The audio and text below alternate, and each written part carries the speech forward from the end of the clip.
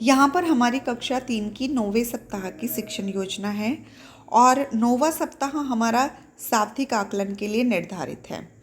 शाब्दिक आकलन हमें मौखिक भाषा विकास और डिकोडिंग दोनों में करना है।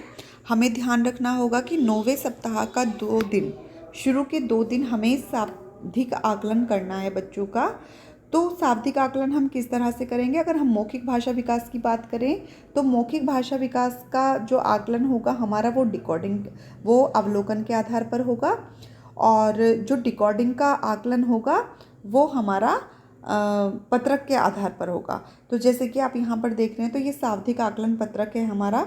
इसका प्रयोग हम बच्चों को देंगे और यहाँ पर बच्चों को पढ़ने के लिए कहेंगे। आप ध्यान रखेंगे कि प्रत्येक बच्चे का व्यक्तिगत रूप से, यानी कि एक एक बच्चे को बुलाकर आप शाब्दिक आकलन करेंगे, उसको पढ़वाएंगे। तो शुरू के 2 दिन तीनों कालांश को आप अपनी आवश्यकता के अनुसार प्रयोग कर सकते हैं।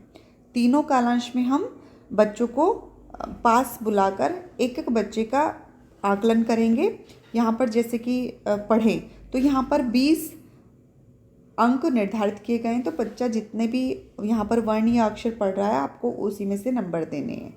अगर वो कुछ भी नहीं पढ़ पा रहा है तो आपको यहाँ पर शून्य नहीं देना है, डैश लगाना है। 2 वर्ण पढ़ पा रहा है तो 2 लिखना है। उसके बाद यहाँ भी पढ़ें, यहाँ पर 20 शब्द दिए हुए हैं, तो बच्चा अगर जितने भी यहाँ पर शब्द पढ़ पा रहा है आपको उतने ही नंबर बच्चे को देने हैं। सुनकर लिखे में आप अब तक जो भी 1 से 8 तक सिखाए गए वर्ण या मात्राएं, उनमें से ही बच्चे को लिखने के लिए आप बोलोगे और यहाँ पर बच्चा उन शब्दों को लिखेगा।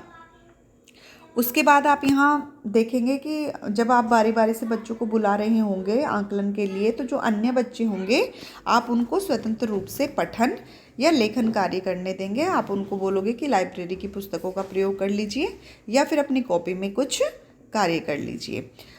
आगे हमें इस सप्ताह 9वें सप्ताह में और क्या क्या करना है उसके लिए आप अगली वीडियो ज़रूर देखिएगा। और अगर आपको वीडियोस 22 सप्ताह की कार्य योजना की वीडियोस अच्छी लगती हैं तो प्लीज़ चैनल को लाइक और सब्सक्राइब ज़रूर कीजिए।